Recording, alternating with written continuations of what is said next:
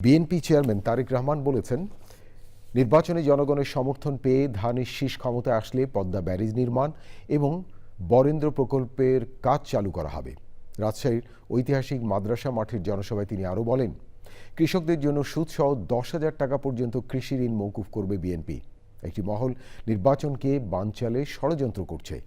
12 ফেব্রুয়ারি নির্বাচন কেউ যাতে বানচাল করতে না পারে সেজন্য সবাইকে সজাগ থাকার আহ্বান জানান তারেক রহমান।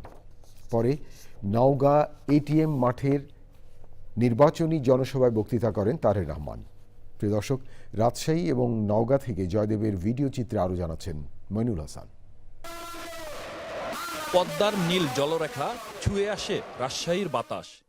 আমের মুকুলে গ্রান, লাল মাটির পথ আর সংগ্রামী মানুষের শহর রাজশাহী। সিলেট, চট্টগ্রাম ও ময়মনসিংহের পর এবার বিএনপির চেয়ারম্যান তারেক রহমানের সমাবেশ পদ্মা নদীর পারের শহর রাজশাহীতে।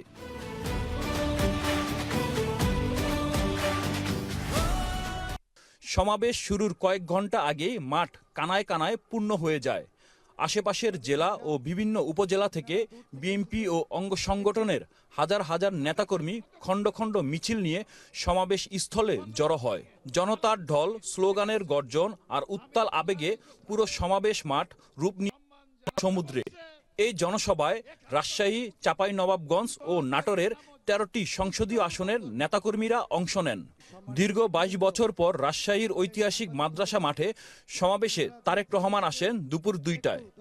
এর আগে বেলা 12টায় রাজশাহীতে পৌঁছে শাহ মাকদুদ রহমতুল্লাহের মাজার জিয়ারত করেন।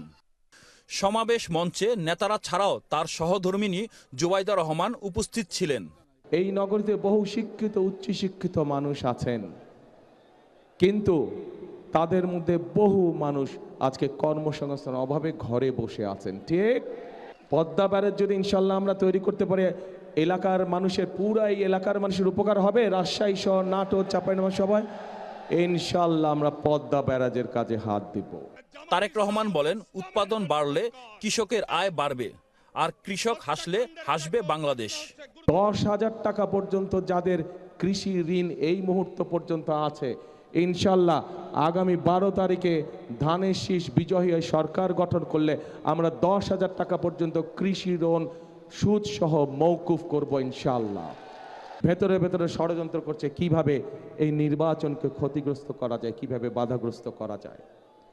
আজ এখানে হাজার লক্ষ মানুষ যারা আপনারা উপস্থিত হয়েছেন, আপনারা সহ আপনারা যত মানুষের সাথে দেখাবে প্রত্যেককে বলবেন যে আগামী 12 তারিখে নির্বাচন যাতে কেউ বানচাল করতে না পারে সেজন্য সকলকে সতর্ক থাকতে হবে, সকলকে সজাগ থাকতে হবে। প্রিয় ভাই বোনেরা, আমরা যদি জনগণ যদি 12 তারিখে সজাগ থাকে, জনগণ যদি 12 তারিখে সতর্ক থাকে, 13 তারিখ থেকে শুরু হবে জনগণের দিন ইনশাআল্লাহ। নির্বাচন প্রচারণার অংশ হিসেবে রাজশাহীতে জনসভায় বক্তব্য দিয়েছেন বিএনপি চেয়ারম্যান তারেক রহমান। তিনি দেশের সুশাসন প্রতিষ্ঠা, কর্মসংস্থান সৃষ্টি ও মানুষের ভোটাধিকার ফিরিয়ে দেওয়ার প্রতিশ্রুতি দিয়েছেন। আসন্ন জাতীয় সংসদ নির্বাচনে ধানের শীষের পক্ষে সবাইকে ঐক্যবদ্ধভাবে কাজ করার আহ্বান জানান তিনি। আপনারা 12 তারিখে নির্বাচন করবেন। এরপর নওগাঁ জেলায় জনসভায় বক্তব্য রাখেন তারেক রহমান। আপনাদেরকে চোখ কান খোলা রাখতে হবে, আপনাদেরকে চোখ কান খোলা রাখতে হবে যাতে ষড়যন্ত্র করে আপনাদের ভোট এদিক ওদিক না করে।